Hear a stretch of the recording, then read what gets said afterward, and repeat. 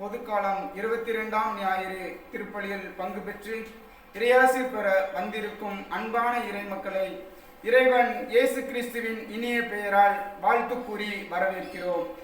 செல்வம், செல்வாக்கு, பணம், பதவி, பகட்டு என்ற எல்லாவற்றையும் நாம் நிறைவாய் பெற்றிருந்தாலும் இறைவனின் திருவுளப்படி வாழவில்லை என்றால் அது வாழ்வாகாது. வாழ்ந்தும் பயனில்லை என்ற ஒரு அரிய வாழ்க்கை தத்துவத்தை இன்றைய திருப்பலி வாசகங்கள் நமக்கு தெளிவாய் எடுத்துரைக்கின்றன. இறைவாக்கினர் எரேமியாவையும் அவரது அழைப்பையும் மக்கள் எள்ளி நகையாடிய போதும், உம் சொல் என் இதயத்தில் பற்றி எரியும் தீ போல இருக்கிறது என்று உரைத்து, கடவுளின் திருவுளப்படி வாழ்வதில்தான் தனது வாழ்வு பாதுகாப்பு பெறுகிறது என்று எரேமியா உணர்ந்து வாழ்ந்தார். புனித பவுலடியார் கூறுவது போல், இறைவாக்கினர் எரேமியா தன்னையே இறைவனுக்கு உயிருள்ள பலியாக கையளித்து வழிபாடு செய்ததின் பயனாக உலக போக்கை எதிர்த்து நிற்கவும், இறைவனின் திருவுளம் எது என்பதை தேர்ந்து தெளிந்து வாழவும் கற்றுக்கொண்டார். வரப்போகும் மெசியாவான இயேசு துன்பப்படுவதையோ கொல்லப்படுவதையோ புனித பேதுரு விரும்பவில்லை. அதனால் தான் ஆண்டவரே இது வேண்டாம் என்று மறுத்துரைத்தார். ஆனால் தன்னால் பாறை என்று அழைக்கப்பட்ட பேதுருவை இயேசு என் கண்முன் இல்லாதே சாத்தானே என்று கடிந்துரைக்கிறார். கிறிஸ்தவ வாழ்க்கை என்பது மலர்களால் சூழப்பட்ட பாதை அல்ல, முட்களும் கூரிய கற்களும் நிறைந்தவைதான். நான் எனது என்ற ஆணவ போக்கினை விட்டொழித்து உலகத்தின் செயல்களில் பேராசை கொள்ளாது, நான் உம்மை உறுதியாக பற்றி கொண்டேன் என்ற திருப்பாடுகளுக்கு ஏற்ப, இறைவனது திருவுளத்திற்கேற்ப தூய வாழ்க்கை வாழ இக்கல்வாரி திருப்பலியில் இறைவனிடம் வரம் கேட்போம், வாழ்வு பெறுவோம்.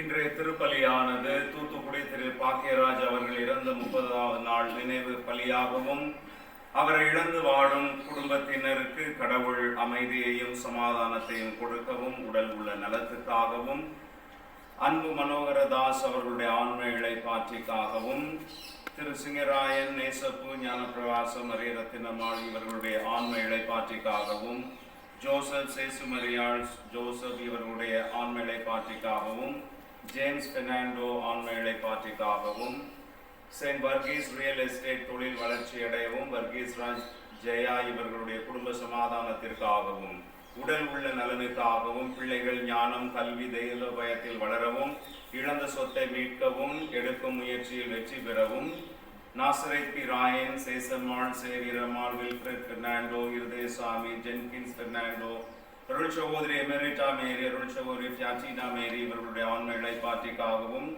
ஞானமுத்து, மேரி, ஜெயசீலி இவர்கள் குடும்பத்திற்கு இறைவன் செய்த அனைத்து நன்மைகளுக்கு நன்றியாகவும், குடும்பத்தினருடைய நலனுக்காகவும் மைக்கேல் திரேசா குழந்தை பாக்கியம் பெறவும், ஞான சர்ஜனா பணிபுரியும் இடத்தில் சிறப்பாக பணிபுரியவும், கொரோனா தொற்று முழுமையாக அழிந்து உலக மக்கள் அனைவரும் பாதுகாக்கப்படவும், ஞான பிரான்சியா கடவுளுக்கு உகந்தவராக வாழவும், மைக்கேல் திரேசா, ஞான பிரகாசம், ஞான சார்ஜியா இவர்கள் குடும்பத்திற்கு இறைவன் செய்த அனைத்து நன்மைகளுக்கு நன்றியாகவும், குடும்பத்தில் இறந்த ராஜ ஜேசுதாஸ், அந்தோனிராஜ், தேவசகாயம், அமல்தார், ஞானமணி, ஞான சௌந்தரி, சுவக்கீன், அன்னம்மாள் இவர்களுடைய ஆன்மைகளை பாற்றிக்காகவும், யாரும் நினையாத ஆன்மாக்களுக்காகவும், உத்திரிகை செலுத்த ஆன்மைகளை பாற்றிக்காகவும் ஒப்பு கொடுக்கப்படுகின்றது.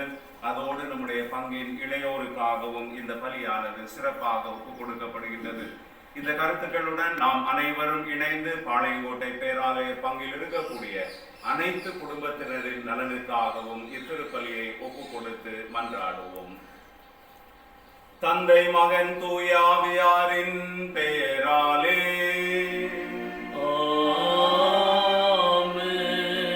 நம் ஆண்டவராகிய இயேசு கிறிஸ்துவின் அருளும் கடவுளின் அன்பும் தூய ஆவியாரின் நட்புறவும் உங்கள் அனைவரோடும் இருப்பதாக. உம் ஆன்மாவோடும் இருப்பதாக. இயேசு கிறிஸ்துவில் அன்புக்குரிய சகோதர சகோதரிகளே, மனிதராக, கிறிஸ்தவராக, கத்தோலிக்க கிறிஸ்தவராக நம் வாழ்க்கைக்கு எது நல்லது, எது உகந்தது, எது நிறைவை கொடுப்பது என்பதை சிந்திக்க பொதுக்கால 22வது ஞாயிறு நமக்கு அழைப்பு விடுக்கின்றது. இன்றிலிருந்து நமக்கு நல்லது எது, உகந்தது எது, நிறைவை கொடுப்பது எது என்பதை நாம் நிதானமாக சிந்தித்து இறை அருள் வேண்டி நம்முடைய வாழ்வாக்கினால் இறை ஆசி பெற்று மனநிறைவோடு வாழ முடியும் என்பதை நாம் ஏற்றுக்கொண்டு இந்த திருப்பலியின் வழியாக இறை ஆசிருக்காக மன்றாடுவோம். நல்லதையும் உகந்ததையும் நிறைவானதையும் தேடாமல் அலைந்து திரிந்த தருணங்களுக்காக கடவுளிடம் மன்னிப்பு கேட்போம். எல்லாம் வல்ல இறைவனிடமும் சகோதர சகோதரிகளை உங்களிடமும் நான் பாவியனை ஏற்றுக்கொள்கிறேன். ஏனெனில் என் சிந்தனையாலும் சொல்லாலும் செயலாலும் கடமையில் தவறியதாலும் பாவங்கள் பல செய்தேன். என் பாவமே, என் பாவமே, என் பெரும்பாவமே. ஆகையால் எப்போதும் கன்னியான புனித மரியாவையும் வானதூதர் புனிதர் அனைவரையும் சகோதர சகோதரிகளை உங்களையும் நம் இறைவனாகிய ஆண்டவரிடம் எனக்காக வேண்டிக் கொள்ள மன்றாடுகின்றேன்.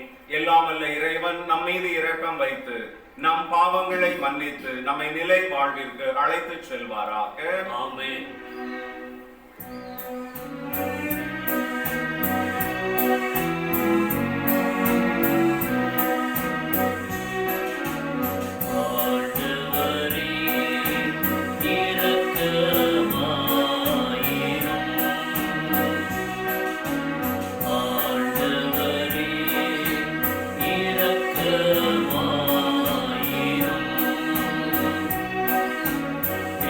இயேசுவே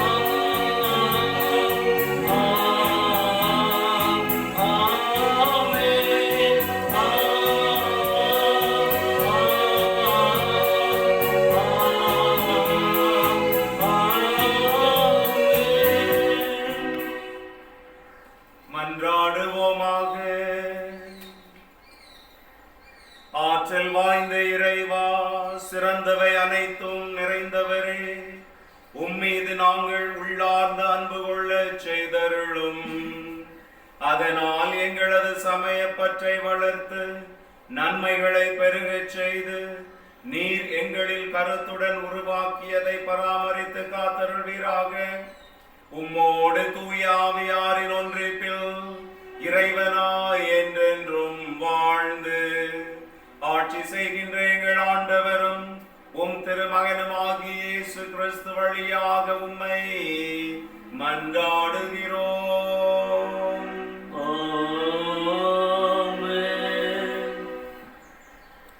முதல் வாசக முன்னுரை. தன்னுடைய இறைவாக்கு பணியால் தன் சொந்த மக்களின் நகைப்புக்கும் கோபத்திற்கும் உள்ளான எரேமியா ஆண்டவராகிய கடவுளிடம் வந்து, ஆண்டவரே, நீர் என்னை ஏமாற்றி விட்டீர், நானும் ஏமாந்து போனேன் என்று முறையிடுவதே இன்றைய முதல் வாசகம். ஆனால் முறையீட்டின் இறுதியில் ஆண்டவர் தன்னோடு வலிமை வாய்ந்த வீரர் போல இருப்பதை உணர்த்தும் முதல் வாசகத்திற்கு பக்தியுடன் செய்யும்படி.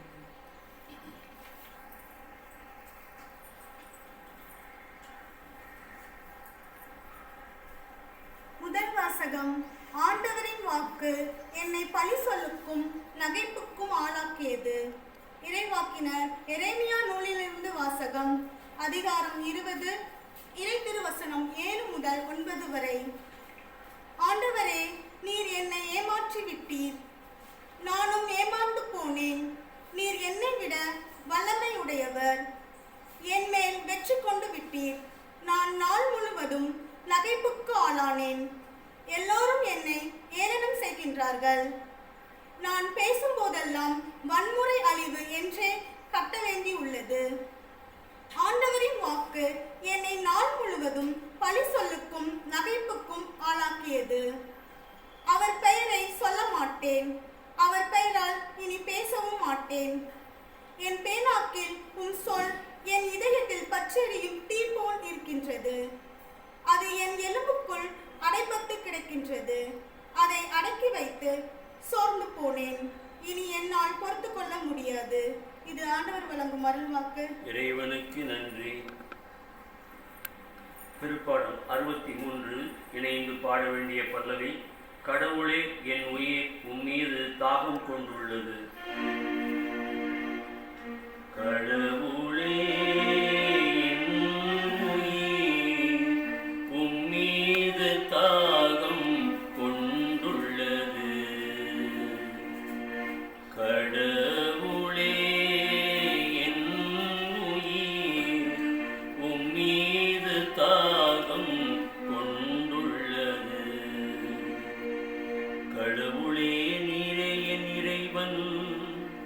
உம்மையே நான் நாடுகின்றேன். என் உயிர் உம்மீது தாகம் கொண்டுள்ளது. நீரின்றி வறண்ட தரிசு நிலம் போல என் உடல் உமக்காக ஏங்குகின்றது.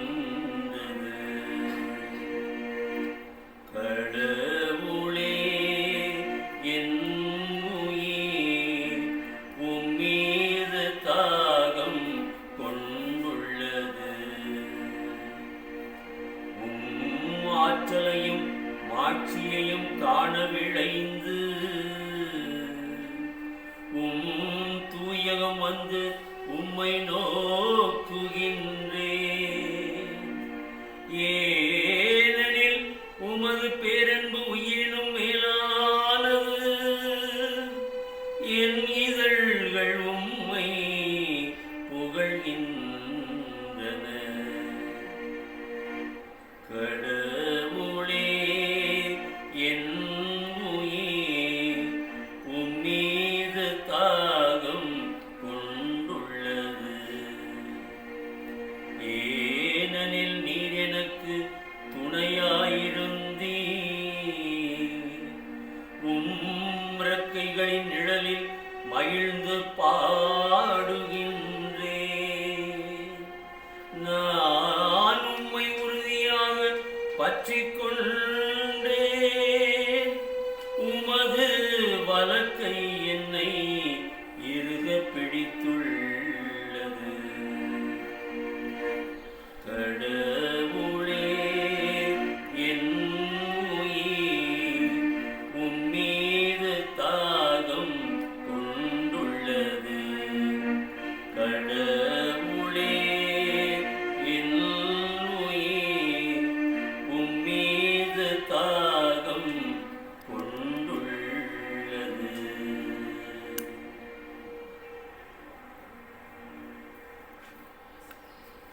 இரண்டாம் வாசக முன்னுரை. கிறிஸ்தவ வாழ்வின் நெறிமுறைகள் குறித்து ரோமை நகர் நம்பிக்கைக்குரியவர்களுக்கு அறிவிக்கின்ற பவுல் இந்த உலகத்தின் போக்கிலிருந்து அவர்கள் விலகி உள்ளம் புதுப்பிக்கப்பட்டவர்களாக வாழ அவர்களை அழைக்கின்றார். நம் வாழ்வையும் ஆய்ந்து பார்க்க அழைக்கும் இவ்வாசகத்தை கவனமுடன் கேட்போம்.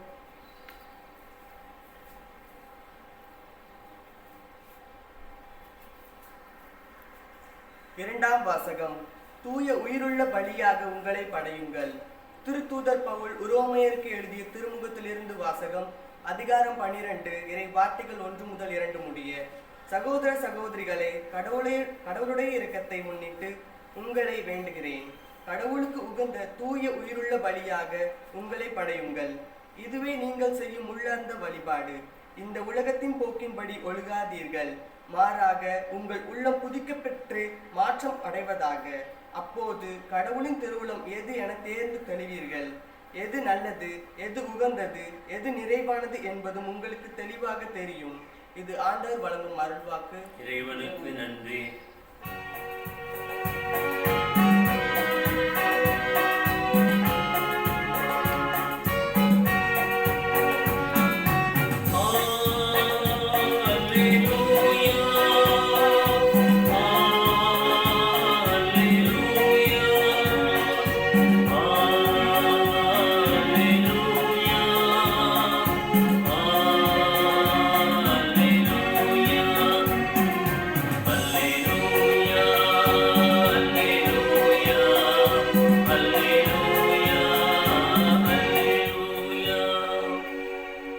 கடவுளுடைய அழைப்பு உங்களுக்கு எத்தகைய எதிர்நோக்கை தந்துள்ளது என்று நீங்கள் அறியுமாறு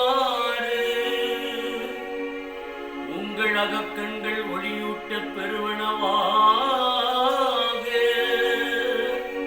அல்லேலூயா, அல்லேலூயா, அல்லேலூயா, அல்லேலூயா, அல்லேலூயா. ஆண்டவர் உங்களோடு இருப்பாராக. உம் ஆன்மாவோடும் இருப்பாராக. மத்தேயு எழுதிய புனித நற்செய்தியிலிருந்து வாசகம். ஆண்டவரே, மாட்சி உமக்கே.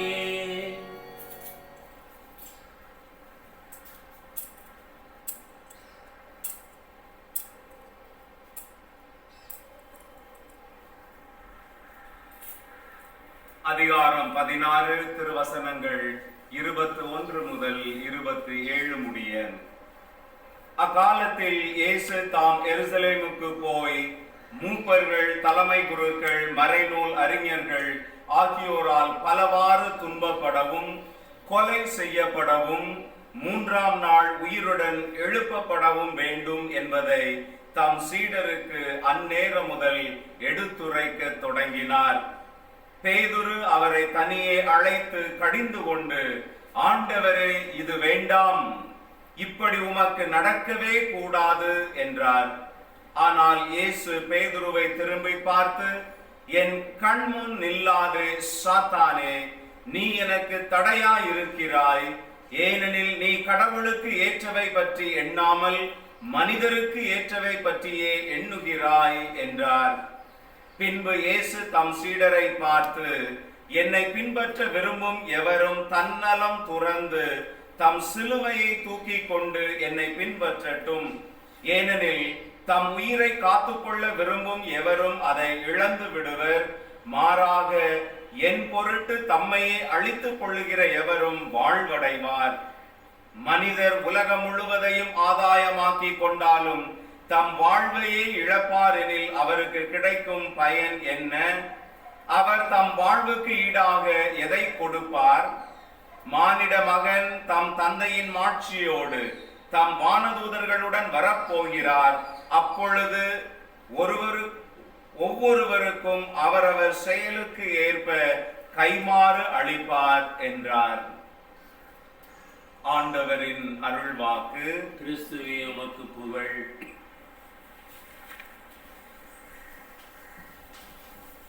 ஆண்டவரே, நீர் என்னை ஏமாற்றி விட்டீர், நானும் ஏமாந்து போனேன்.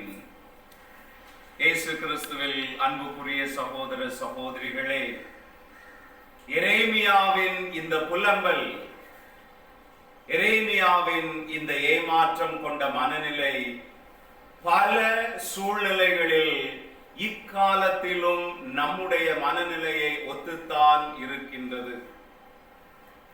கடந்த 5 மாத அளவு எதையெல்லாம் என் குடும்பத்திற்கு, என் பிள்ளைகளுக்கு என்று நினைத்திருந்தேன், என் குடும்பத்தின் முன்னேற்றத்திற்காகவும் என் பிள்ளைகளுடைய திருமணத்திற்காகவும் திட்டமிட்டிருந்தேன், ஆனால் ஏமாந்து போனேன். இது வாழ்வோர் மத்தியில் மட்டுமல்ல, என் அன்பார்ந்த சகோதர சகோதரிகளே, ஒரு நிலையிலிருந்து சிந்தித்து பார்க்கின்ற பொழுது கடந்த 5 மாத அளவில் இறந்தவர்களும் இதே மனநிலையில் தான் சென்றிருக்க வேண்டும். ஆண்டவரே, நீர் என்னை ஏமாற்றி விட்டீர். அன்றாட திருப்பலிக்கு அவசியம் வந்தேன், உம்மீது பக்தி கொண்டிருந்தேன், நற்கருணை உட்கொண்டேன், உம்மை நோக்கி கைகூப்பி கையெழுப்பி நான் மன்றாடினேன்.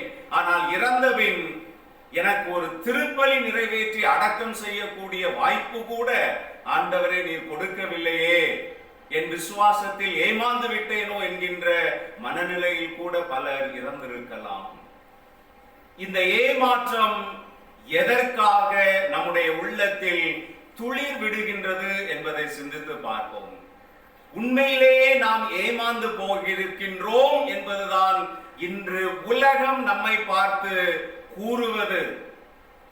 கடவுள் நம்பிக்கை இல்லாத மக்கள் நம்மை பார்த்து கூறுவது, ஏன் உங்கள் கடவுள் இந்த பிரச்சனையில் இருந்து உலகத்தை விடுவிக்கவில்லை, உங்களையாவது விடுவித்திருக்கலாமே, ஏன் விடுவிக்கவில்லை என்று.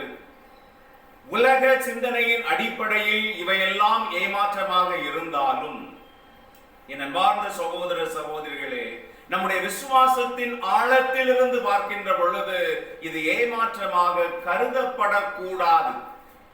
இன்றைய நற்செய்தியில் நாம் வாசிக்க கேட்டோம், இயேசு தன்னுடைய பிறப்பின் நோக்கத்தை, எதற்காக என் தந்தை என்னை மனிதராக படைத்து இந்த உலகிற்கு அனுப்பினாரோ அந்த நோக்கத்திற்கான காலம் மிக அருகில் வந்துவிட்டது. பிறரால் கையளிக்கப்பட்டு சிலுவையில் அறையுண்டு மரிப்பேன், அதற்காகத்தான் என் தந்தை என்னை அனுப்பினார் என்கின்ற அந்த நோக்கத்தை சீடர்களின் மத்தியில் வெளிப்படுத்துகின்றார். ஆனால் சீடர்கள் அதிர்ச்சிக்கு ஆளாகின்றார்கள். இந்த இயேசுவை பின்பற்றியதால் நாம் அனைவரும் ஏமாறப் போகின்றோமோ என்கின்ற மனநிலை. எனவேதான் பேதுரு அவசரப்பட்டு அவர் கையை பிடித்து இழுத்து ஒதுக்குப்புறமாக அழைத்து சென்று, இது உமக்கு நடக்கக்கூடாது, உம்மை கொன்றுவிட்டால் எங்களுடைய பாடு என்னாவது, எக்காரணத்திற்காக நாங்கள் உம்மை பின்பற்றுகின்றோம், உமக்கு தெரியுமா, எங்களை ஏமாற்றி விட வேண்டாம் என்கின்ற மனநிலைதான் பேதுருவின் உள்ளத்தில், சீடர்களின் உள்ளத்திலும் இருந்திருக்க வேண்டும். இதே மனநிலையை என் அன்பார்ந்த சகோதர சகோதரிகளே, லூக்கா எழுதிய நற்செய்தி 24வது அதிகாரத்தில் எருசலேமில் இருந்து எம்மாவூஸ் நகரத்தை நோக்கி செல்லக்கூடிய 2 சீடர்களுடைய மனநிலையிலும் நாம் பார்க்கின்றோம். அவர்களோடு உயிர்த்த இயேசுவும் நடைபயிலுகின்றார். ஆனால் அவர்கள் இருவரும் தங்களுடைய ஏமாற்றத்தை கண்டுகொள்ள முடியாத இயேசுவிடம் கூறுகின்றார்கள். இஸ்ரவேலரை விடுவிப்பார் என்று நம்பியிருந்தோம், ஆனால் அவரை கொலை செய்து விட்டார்கள். ஏமாற்றத்தோடு எம்மாவூசுக்கு நாங்கள் செல்கின்றோம் என்று உயிர் பெற்றெழுந்த இயேசுவிடமே அவர்கள் கூறினார்கள். ஏன் ஏமாற்றம்? இயேசு ஏமாந்தாரா? நிச்சயமாக இல்லை. ஏமாற்றப்படக்கூடிய தருணத்தில் கூட இயேசு ஏமாறவில்லை. யோவான் எழுதிய நற்செய்தி 6ஆம் அதிகாரம் 1 - 15வது வசனம் வரை வாசித்து பாருங்கள். பல்லாயிரம் மக்களுக்கு பசியார புதுமையின் வழியாக உணவு கொடுக்கின்றார். அதன் முடிவில் மக்கள் அனைவரும் வலுக்கட்டாயமாக அவரை அரசராக்க முயற்சி செய்கின்றார்கள். நீங்களோ நானாகவோ இருந்திருந்தால் சரி, அவர்கள்தானே கேட்கின்றார்கள். சிறிது காலம் அரசராக இருப்போம் என்று கூட நாம் நினைத்திருக்கலாம். அந்த தருணத்தை பயன்படுத்தி இருக்கலாம். நானாக விரும்பவில்லை, வலிய வருவதை நான் ஏன் ஏற்றுக்கொள்ளக் கூடாது என்று கூட நாம் நினைத்திருப்போம். இயேசு நினைத்தாரா? இல்லை. என்னுடைய நோக்கம் வேறு. என்னுடைய பிறப்பின் நோக்கம் மனுக்குலத்தை அதன் பாவத்தில் இருந்து என்னுடைய சிலுவை மரணத்தின் வழியாக விடுவிக்க வேண்டும். அதுதான் நோக்கம். அந்த நோக்கத்தை நோக்கி நான் சென்று கொண்டிருக்கின்ற பொழுது பராக்குகள், திசை திருப்பக்கூடிய, என்னுடைய மனதை மாற்றக்கூடிய நிகழ்வுகள், பரிந்துரைகள், இவற்றின் மீது நான் கவனம் செலுத்தக்கூடாது. இன்று இரண்டாவது வாசகத்தில் நான் வாசிக்க கேட்டதை போன்று, எனக்கு நல்லது எது, என் வாழ்க்கைக்கு உகந்தது எது, எனக்கு நிறைவை கொடுக்கக்கூடியது எது? இயேசுவுக்கு நல்லது எது? அரசராவதா அல்லது சிலுவையில் அறைபடுவதா? இயேசுவுக்கும் அவருடைய மனிதராக பிறந்ததற்கும் உகந்தது எது? மகிழ்ச்சியாக வாழ்வதா அல்லது சிலுவையில் ரத்தம் சிந்தி உயிர் விடுவதா? இயேசுவுக்கு நிறைவை கொடுக்கக்கூடியது எது? புதுமைகளினாலும் போதனைகளினாலும் ஈர்க்கப்பட்ட மக்கள் மத்தியில் மிகப்பெரிய தலைவராக, அரசராக, வீரராக உருவெடுப்பதா அல்லது தந்தை எனக்கென்று நியமித்ததை நான் என்னுடைய வாழ்க்கையில் நிறைவேற்றி நிறைவு பெறுவதா? இந்த போராட்டம் இயேசுவின் போதனையின் தொடக்க காலத்தில் இருந்தது. வனாந்தரத்தில் சாத்தான் இயேசுவை 3 முறை சோதித்த பொழுது இந்த சோதனைகளுக்கு அவர் இடம் கொடுக்கவில்லை. என்னுடைய வாழ்க்கையின் நோக்கத்தை நான் அடைந்தே தீருவேன் என்பதில் அவர் மும்முரமாக இருக்கின்றார். எனவேதான் அனைவருடைய நிறைவுக்கும் அவருடைய மரணம் உகந்ததாக இருந்தது, வழிகாட்டியது, அனைவருடைய மன நிறைவையும் கொடுக்க வல்லதாக இருந்தது. எனவேதான் நோக்கம் என்னும் சிலுவையில் அறைந்த மெசியாவைத்தான் பவுல் பறைசாற்றியதை போன்று நாமும் நம்முடைய கத்தோலிக்க ஆலயங்களில் வைத்திருக்கின்றோம். அடையாளத்திற்காக, நோக்கத்தை நோக்கி உங்களுடைய சிந்தனைகள் இருக்க வேண்டும் என்பதற்காக. ஆசைப்படுவது ஒன்றாக இருக்கலாம், ஆனால் வாழ்க்கையில் அவசியமானது இன்னொன்றாக இருக்கலாம். இயேசு ஆசைப்பட்டிருந்தால் அரசராக மாறி இருக்கலாம், ஆனால் அவசியமானது அவருடைய பாடுகள் என்பதை நாம் மறந்துவிடக் கூடாது. என் அன்பார்ந்த சகோதர சகோதரிகளே, இளைஞர்களே, இளம் பெண்களே, இந்த பாடத்தை இயேசுவிடம் இருந்து, எரேமியாவிடம் இருந்து, பவுலிடம் இருந்து நாம் கற்றுக்கொள்ள முடியுமா? நான் ஆசைப்படுவது எதற்காக? என் வாழ்க்கைக்கு அவசியமானது எதற்காக? குருவாக இருந்து, துறவியாக இருந்து நாங்கள் எதை ஆசைப்படுகின்றோம்? எங்கள் வாழ்க்கைக்கு அவசியமானது என்ன? இல்லற வாழ்க்கையில் இருக்கக்கூடிய உங்கள் உள்ளங்களில் எழக்கூடிய ஆசைகள் எவை எவை? ஆனால் இல்லற வாழ்க்கைக்கு அவசியமானது எவை எவை? இந்த இரண்டையும் பிரித்து பார்த்து அவசியமானவற்றை முன்னிறுத்தி நம்முடைய சிந்தனைகளையும் செயல்பாடுகளையும் எழுப்பி நிறைவேற்றுவோம் என்றால் நம்முடைய வாழ்க்கை ஆசீர்வதிக்கப்பட்ட வாழ்க்கையாக இருக்கும். இந்த இரண்டாவது வாசகத்தில் மேலும் வாசிக்க கேட்டோம், உங்களை நீங்கள் பலியாக கடவுளிடம் ஒப்படையுங்கள். அடையாளங்களை அல்ல, வழிபாடுகளை மட்டுமல்ல. வழிபாடுகள் என் உள்ளத்தையும் என்னையும் ஆண்டவர்பால் ஈர்க்க வேண்டும். எனவே திருப்பலி இல்லையே, திருவழிபாடுகள் இல்லையே என்கின்ற ஏமாற்றம் நம்மில் இருக்க தேவையில்லை. கடவுள் எதற்காக என்னை பிறப்பித்தார், என் வழியாக இந்த உலகத்தில் எதை சாதிக்க விரும்புகின்றார், அதை உணர்ந்து அதை பின்பற்றி அதை நிறைவுக்கு கொண்டு வருகின்ற பொழுது அதுவே நீங்களும் நானும் கடவுளுக்கு ஏற்புடைய பலிபொருளாக நம்மை கடவுளிடம் ஒப்படைக்க முடியும். நம்முடைய காணிக்கைகள் ஏழை எளியவர்களுக்கு, நாம் கொடுக்கக்கூடிய பண உதவி ஏனையவை நம்மளுடைய ஆலயத்தை பராமரிக்க.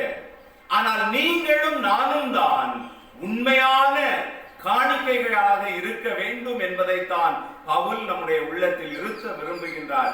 எப்பொழுது நீங்களும் நானும் கடவுளுக்கு ஏற்புடைய காணிக்கையாக மாறுவோம், கடவுள் விரும்பும் காணிக்கையாக மாறுவோம், நீங்களும் நானும் நம்முடைய வாழ்க்கையில் கடவுளுடைய திட்டத்தை நம்மோடு இருப்பவர்களோடு இணைந்து முழுமையாக நிறைவேற்றுகின்ற பொழுது, என் அன்பார்ந்த இளைஞர்களே, இளம்பெண்களே, நீங்கள் சிறப்பு செய்யக்கூடிய இந்த திருப்பலி உங்களை இத்தகைய கண்ணோட்டத்திற்கு அழைக்கின்றது.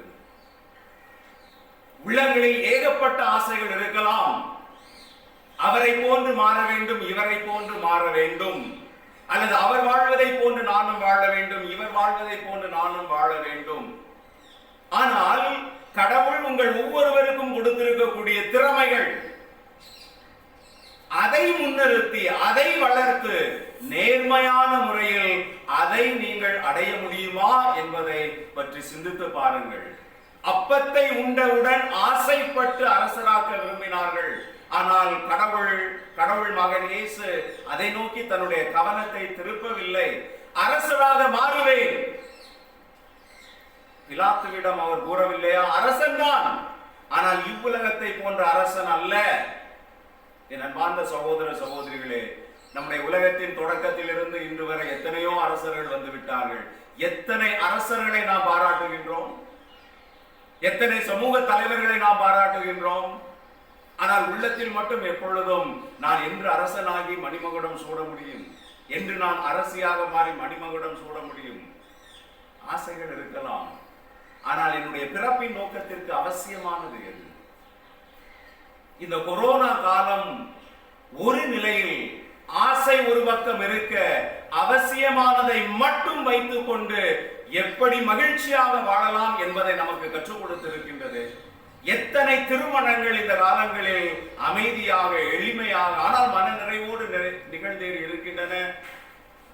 எவ்வளவு ஆடம்பர உணவுகள் இல்லாமல் நன்றாக நாமும் சத்தான உணவுகளை உண்டு நல்ல நிலையில் இருக்கின்றோம். சாதாரண நிலையில் நம்ம எத்தனை பேர் மருத்துவமனைகளுக்கும் மருத்துவர்களை நோக்கியும் ஓடி இருப்போம், இன்று ஓடவில்லையே. ஆசையை விடுத்து அவசியமானதை எடுத்துக்கொண்டால் நிச்சயமாக நம்முடைய வாழ்க்கை நல் வாழ்க்கையாக இருக்கும். இளம் பருவத்திலேயே, இளம் வயதிலேயே அவசியத்திலிருந்து ஆசையை பிரித்து ஒதுக்குகின்ற பொழுது உங்களுடைய எதிர்கால வாழ்க்கை சீர்மிகுந்த வாழ்க்கையாக, மன நிறைவையும் மகிழ்ச்சியும் கொடுக்கக்கூடிய வாழ்க்கையாக இருக்கும். அதற்கு நீங்கள் உங்களுடைய கவனத்தை திருப்ப தயாரா? திருப்பிவிட்டால், அவசியமானதை மட்டும் பற்றி கொண்டு விட்டால், எரேமியாவை போன்று நீங்கள் உங்களுடைய வாழ்க்கையில் ஏமாந்து விட்டேன், கடவுள் என்னை ஏமாற்றி விட்டார் என்று எதிர்மறையான சிந்தனைகளோடு வாழ தேவையில்லை. எனவே ஆசையா அவசியமா? பகுத்தறிந்து பார்ப்போம். இயேசுவை போன்று பிறர் கூற நான் வாழ்வதை விட என் வாழ்க்கையின் நோக்கத்தை நினைத்து நான் வாழ்வேன் என்கின்ற மன உறுதியை ஏற்றுக்கொள்வோம். கடவுள் நிச்சயமாக உங்களையும் என்னையும் அவருக்கு உகந்த பலிப்பொருளாக, உள்ளார்ந்த விசுவாசத்தின் அடையாளமாக நம்மை பலிப்பொருளாக ஏற்றுக்கொள்வார். கடவுள் உங்கள் ஒவ்வொருவரையும் நிறைவாக ஆசீர்வதிப்பாராக. ஆசையிலிருந்து அவசியத்தை பிரித்து பார்க்கக்கூடிய ஞானத்தை உங்களுக்கு கொடுத்து வழி நடத்த தொடர்ந்து இந்த திருப்பலியில் நாம் மன்றாடுவோம். ஆசை அல்ல, அவசியமே முக்கியம் என்கின்ற உறுதிப்பாட்டோடு அனைவரும் எழுந்து நின்று நம்முடைய விசுவாசத்தை அறிக்கையிடுவோம்.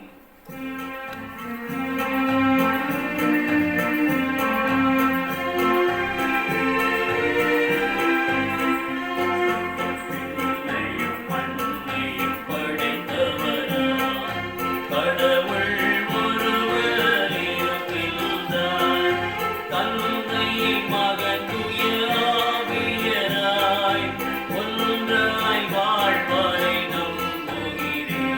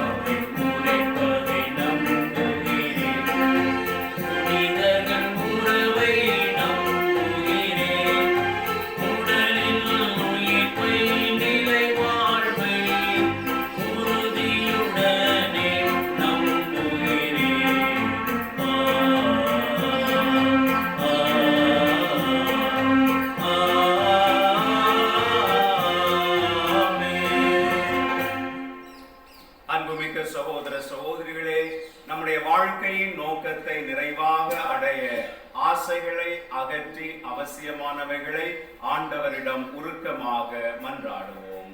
உங்களின் பதில் எல்லாம் வல்ல இறைவா, எங்கள் மன்றாட்டை கேட்டருளும்.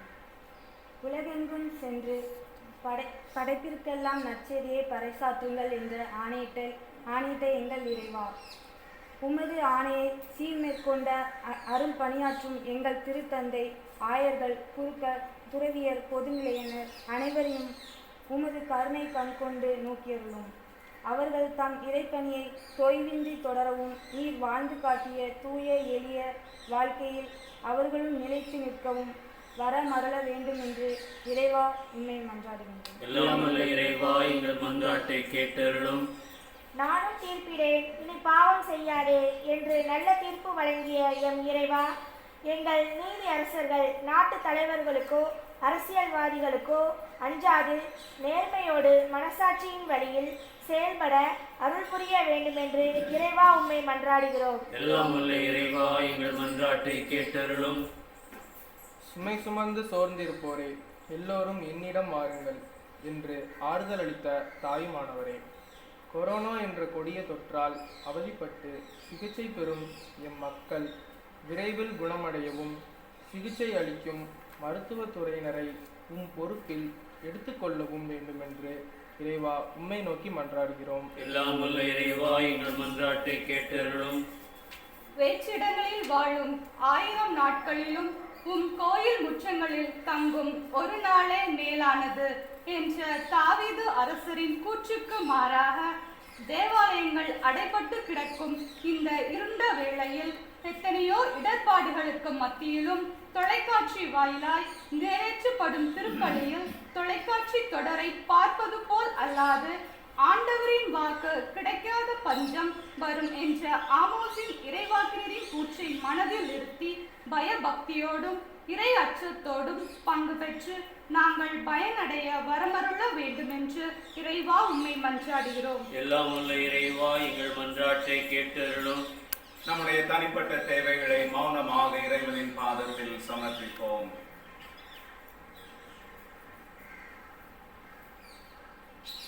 இவற்றையெல்லாம் எங்கள் ஆண்டவரும் திருமகனுமாகிய இயேசு கிறிஸ்து வழியாக விரைவில் தந்திட வேண்டும் என்று உம்மை மன்றாடுகிறோம். ஆமென்.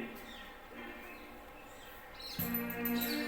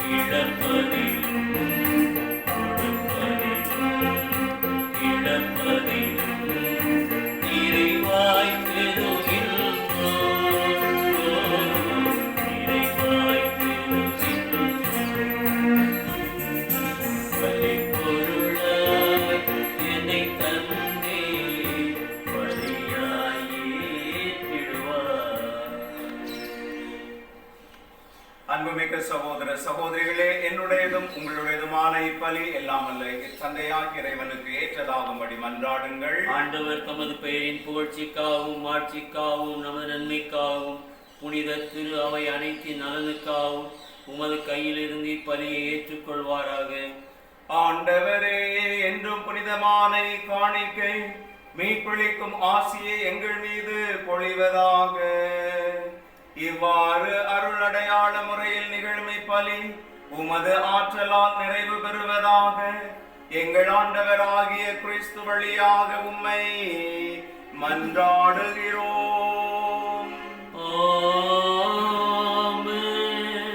ஆண்டவர் உங்களோடு இருப்பாராக.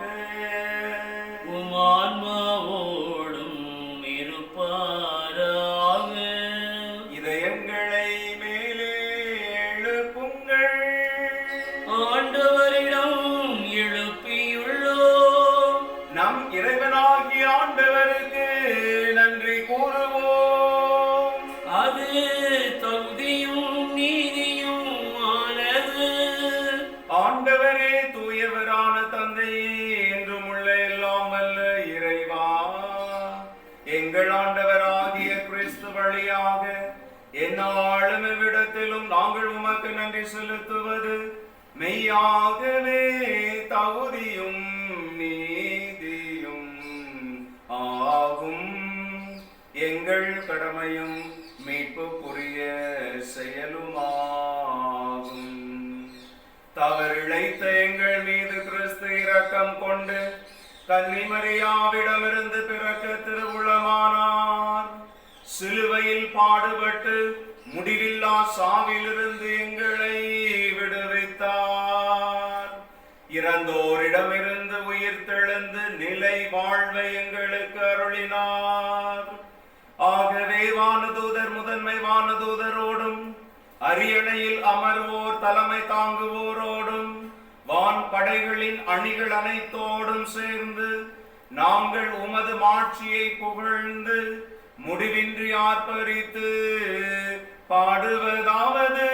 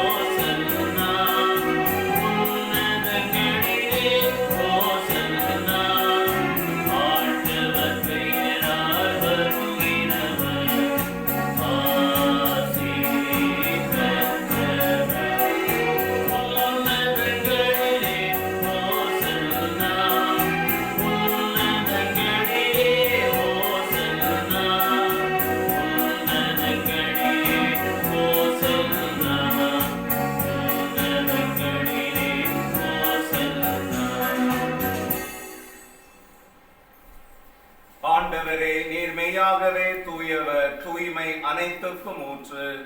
ஆகவே உம்முடைய ஆவியை பொழிந்து இக்காணிக்கைகளை தூய்மைப்படுத்த உம்மை வேண்டுகின்றோம். இவ்வாறு எங்கள் ஆண்டவர் இயேசு கிறிஸ்துவின் உடலும் இரத்தமுமாக எங்களுக்கு இவை மாறுவனவாக. அவர் பாடுபட உளம் கனிந்து தம்மை கையளித்த போது அப்பத்தை எடுத்து நன்றி செலுத்தி அதை பிட்டு தம் சீடர்களுக்கு அளித்து கூறியதாவது: அனைவரும் இதிலிருந்து பெற்று உண்ணுங்கள், ஏனெனில் இது உங்களுக்காக கையளிக்கப்படும் என் உடல்.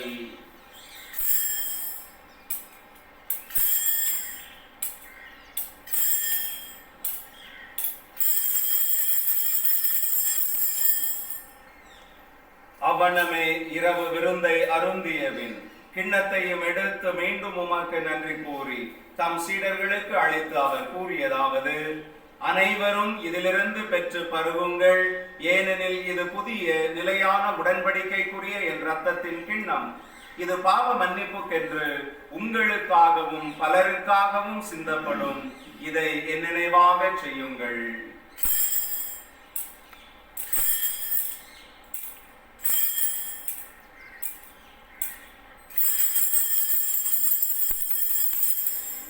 நம்பிக்கையின் மாறை பொருள். ஆண்டவரே, நீர் வருமளவும் உமது இறப்பினை அறிக்கையிடுகின்றோம், உமது உயிர்ப்பினையும் எடுத்துரைக்கின்றோம். ஆகவே ஆண்டவரே, நாங்கள் கிறிஸ்துவின் இறப்பினையும் உயிர்ப்பினையும் நினைவு கூர்ந்து வாழ்வு தரும் அப்பத்தையும் மீட்பளிக்கும் கிண்ணத்தையும் உமக்கு ஒப்பு கொடுக்கின்றோம். உம் திருமுன் நின்று உமக்கு ஊழியம் புரிய தகுந்தவர்களென எங்களை ஏற்றுக்கொண்டீர்.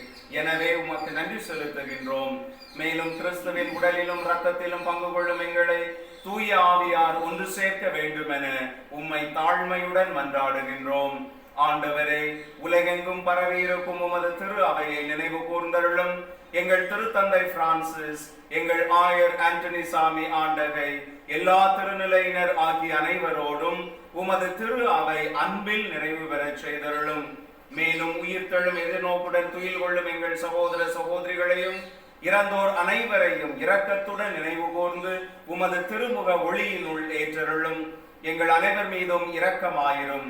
கடவுளின் கன்னித்தாயான புனித மரியா, அவருடைய கணவரான புனித யோசேப்பு, புனித திருத்தூதர்கள், எங்கள் பாதுகாவலராகிய புனித பிரான்சிஸ் சவேரியார், இவ்வுலகில் உமக்கு உகந்தவராய் இருந்தோர் ஆகிய புனிதர் அனைவருடனும் நாங்கள் நிலை வாழ்வில் பங்கு கொள்ளும் தகுதி பெற்று உம் திருமகன் இயேசு கிறிஸ்து வழியாக உம்மை புகழ்ந்தேத்தும் வரமருள உம்மை மன்றாடுகின்றோம்.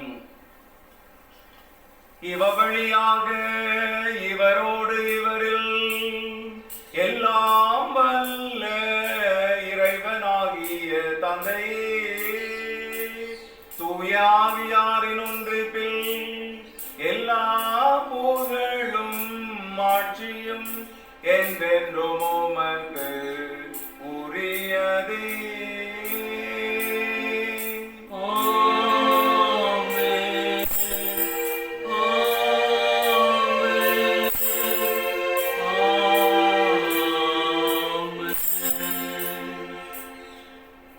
மீட்பரின் கட்டளையால் கற்பிக்க பெற்று இறை படிப்பினையால் பயிற்சி பெற்ற நாம் துணிந்து மன்றாடுவோம். விண்ணுலகில் இருக்கின்ற எங்கள் தந்தையே, உமது பெயர் தூயது என போற்றப் பெறுக. உமது ஆட்சி வருக.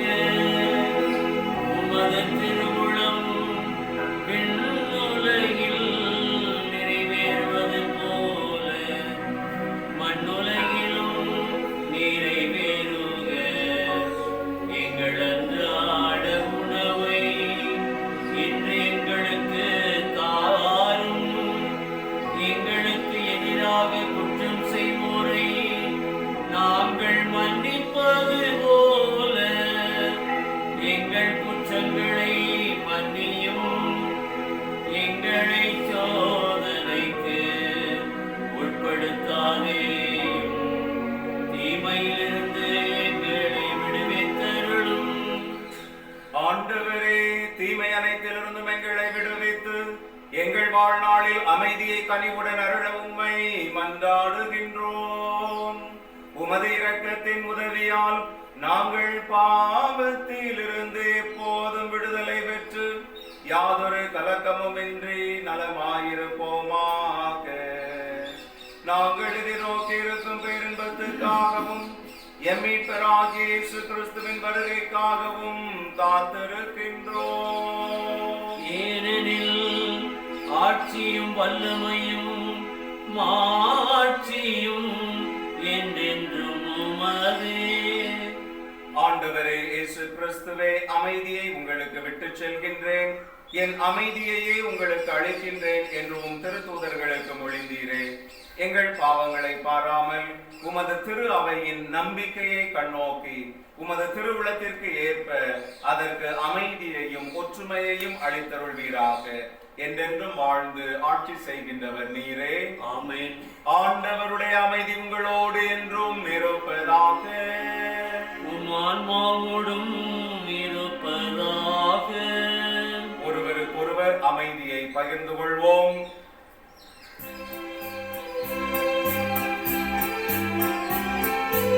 உலகில் பாவம்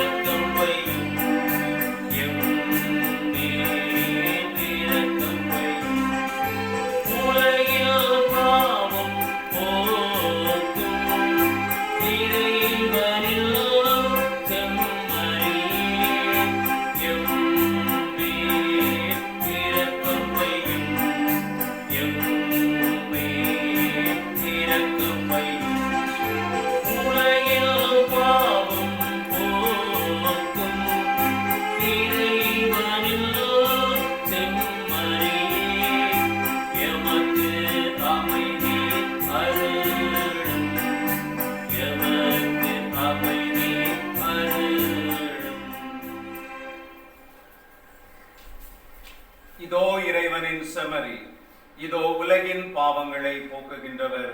செம்மறியின் விருந்திற்கு அழைக்க பெற்றோர் பேறு பெற்றோர். ஆண்டவரே, நீரே நிலத்தில் எழுந்திருட நான் தகுதியற்றவன், ஆனால் ஒரு வார்த்தை மட்டும் சொல்லிடலாம், எனது ஆன்மா நலமடையும்.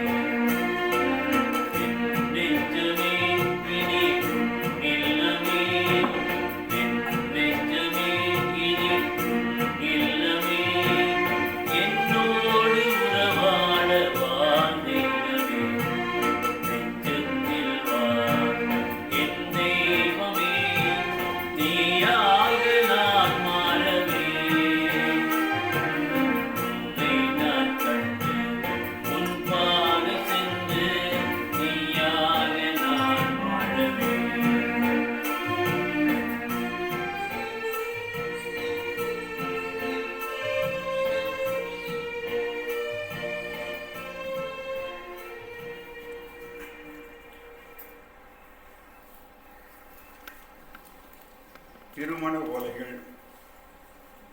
பாளையங்கோட்டை பங்கு பாளையங்கோட்டையில் இருக்கும் தந்தை மஸ்தியன் ஜூட் பெர்னாண்டோ, தாய் ஏதென்ஸ் பெர்னாண்டோ, இவர்களின் மகன் அன்டன் தாமஸ் ஆல்ஃபிரட்டுக்கும், தூத்துக்குடி மறை மாவட்டம் உவரி பங்கு உவரியில் இருக்கும் தந்தை பிளாசிட், தாய் அரசி, இவர்களின் மகள் அன்டோ செல்வ பிரியங்காவுக்கும் திருமணம் செய்ய இது 3வது ஓலை. ஈபி காலனி பங்கு டிவிஎஸ் நகரில் இருக்கும் தந்தை லூர்து சாமி, தாய் அமளி, இவர்களின் மகன் சந்தோஷ்குமாருக்கும், பாளையங்கோட்டை பங்கு விஎம் சத்திரத்தில் இருக்கும் தந்தை மதிவாணன், தாய் தங்கமணி, இவர்களின் மகள் அமுதாவுக்கும் திருமணம் செய்ய இது 1வது ஓலை.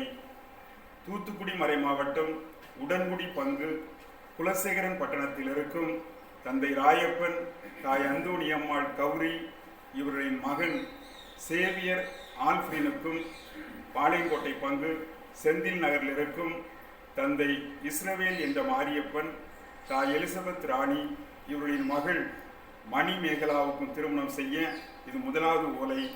இத்திருமணங்களில் ஏதாவது விக்கிரங்களை அறிந்தவர்கள் பங்கு தந்தைக்கு தெரியப்படுத்தவும்.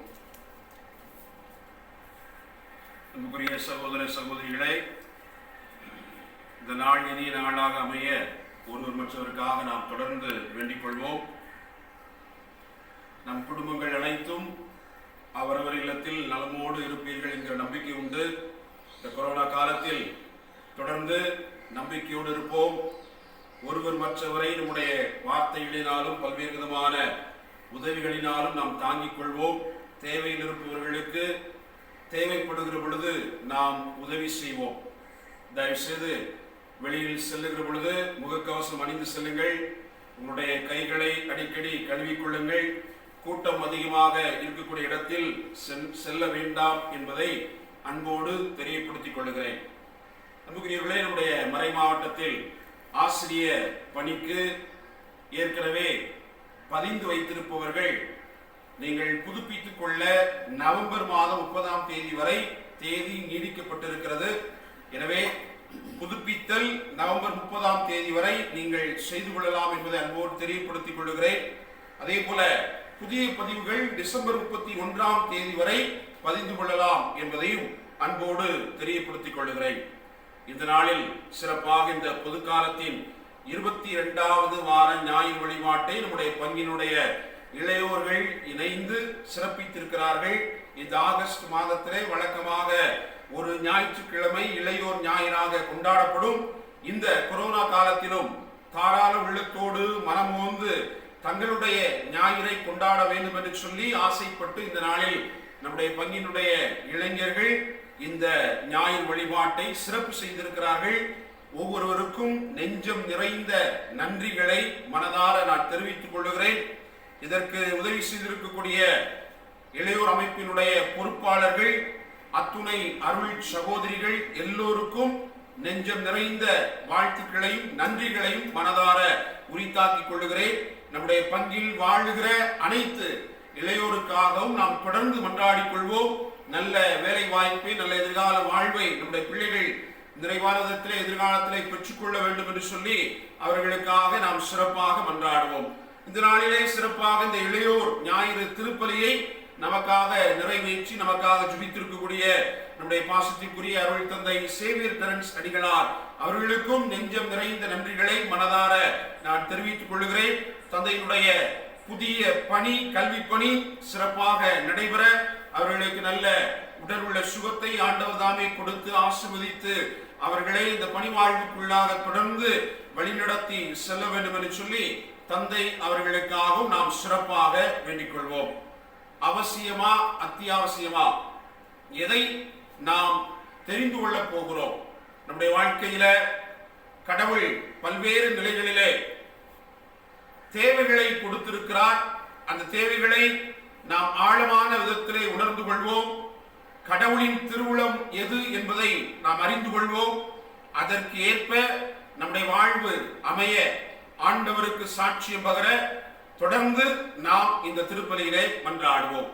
நற்கருணை ஆண்டவரை உள்ளத்தில் சுமந்திருக்கக்கூடிய நாம் ஒரு நிமிடம் கண்களை மூடி அந்த நற்கருணை ஆண்டவருக்குள்ளாக நம்மையும் நம் குடும்பங்களையும் இந்த நேரத்தில் நாம் ஒப்பு கொடுத்து ஆண்டவருக்கு நன்றி செலுத்துவோம். இளைஞரே விழித்தெழு, ஒளிவீசு என்று முழங்கிய இளைஞராம் எம் இறைவா, இந்த இளையோர் ஆண்டில் எங்களை பாதுகாத்து வழிநடத்தி வந்த நல்ல ஆற்றலுக்காக உமக்கு நன்றி கூறுகிறோம். வாழ்வில் இனிமை ஒரு சேர வழங்கும் வல்லலே இறைவா, இந்த இக்கட்டான சூழ்நிலையில் உமது அன்பு பணியை அர்த்தமுள்ள விதத்தில் தன்னார்வமாய் ஆற்றும் அனைவருக்காகவும் உமக்கு நன்றி கூறுகிறோம். பெருந்தொற்றால் பேராபத்தில் உழன்று கொண்டிருக்கும் இந்த சூழ்நிலையில் இமைத்த நொடி பொழுதில் உமக்கு நன்றி கூற எங்களுக்கு கொடுத்த இந்த வாய்ப்பிற்காகவும் இன்று இளையோர்களாகிய எங்களை ஒரே குடும்பமாய் ஒன்றிணைத்த உமது மேலான பேரின்பத்திற்காகவும் நன்றி கூறுகிறோம் இறைவா. இளைஞர் ஆண்டிற்கான ஜெபம். எங்கள் தாயும் தந்தையுமான இறைவா, இளமை துடிப்புடன் எம் திரு அவையும் சமூகமும் இயங்க இளைஞர்களை கொடையாக வழங்கியமைக்கு நன்றி கூறுகிறோம். அவர்களில் இளைஞர் இயேசு உயிராற்றலுடன் இன்றும் வாழ்கிறார் என்பதனை கண்டு கொள்வதற்கு தூய ஆவியாரை எம்மில் பொழிந்ததற்காக நன்றி கூறுகிறோம். எம் இளைஞர்கள் இயேசுவோடு நட்புறவிலும் உடன் வாழும் மனிதரோடு தோழமையிலும் வளரச் செய்தருளும். உடன் பயணிக்கும் மூத்தோருடைய வழிநடத்துதலில் மண்சார் பண்பாட்டு வேர்களை பேணி காத்து தற்சார்பு பொருளாதாரத்தை உருவாக்க உறுதி தந்தருளும். போதைப் பொருளுக்கும் தவறான செயல்களுக்கும் இடம் கொடாமல் ஆற்றல் மிகு ஆளுமையை உருவாக்க செய்தருளும். எண்மின் ஊடகங்களை பொறுப்புணர்வுடன் கையாண்டு நற்செய்தி பயன்படுத்த அருள் தாரும். சாதி மத வேறுபாடுகளையும் பாலின பாகுபாடுகளையும் அகற்றி சமத்துவ சமூகம் படைக்க வழிகாட்டி அருளும். இயற்கையோடு நல்லுறவு கொண்டு சுற்றுச்சூழலை பாதுகாத்து சமூக அக்கறையும் அரசியல் ஈடுபாடும் கொண்டு அழைத்தலை தெளிந்து தேர்ந்து கொள்ள துணிவை தந்தருளும். இவ்வாறு இளைஞர் இயேசுவின் மனநிலையில் ஆற்றலோடு மாற்றம் நோக்கி பயணிக்கும் நல் இளைஞர்களாக வாழ செய்தருளும். ஆமீன். மன்றாடுவோமாக. ஆண்டவரே, விண்ணக உணவால் ஊட்டம் பெற்ற நாங்கள் உம்மை வேண்டுகின்றோம். அதனால் இந்த அன்பின் உணவு எங்கள் இதயங்களை உறுதிப்படுத்தி எங்கள் சகோதர சகோதரிகளில் உமக்கு பணிபுரிய எங்களை தூண்டி எழுப்புவதாக. எங்கள் ஆண்டவராகிய கிறிஸ்து வழியாக உம்மை மன்றாடுகிறோம். ஆண்டவர் உங்களோடு இருப்பாராக. உம் ஆன்மாவோடும் இருப்பாராக. எல்லாம் வல்ல இறைவன் உங்கள் மேல் கனிவு கொண்டு உங்களுக்கு தமது ஆசியை வழங்கி மீட்பின் ஞான அறிவை உங்களுக்கு அருள்வாராக.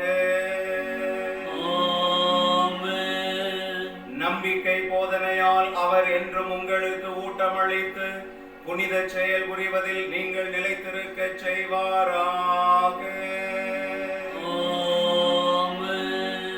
தேவையில்லா ஆசைகளை அகற்றி அமைதி, அன்பு ஆகியவற்றின் வழியை அவர் உங்களுக்கு காட்டி தம்மை நோக்கி நீங்கள் என்றென்றும் வரச் செய்வாராக.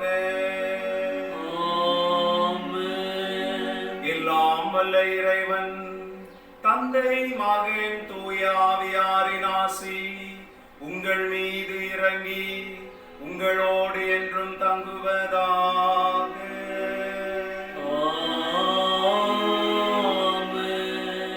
சென்று வாருங்கள், திருப்பலி நிறைவுற்றது. இறைவனுக்கு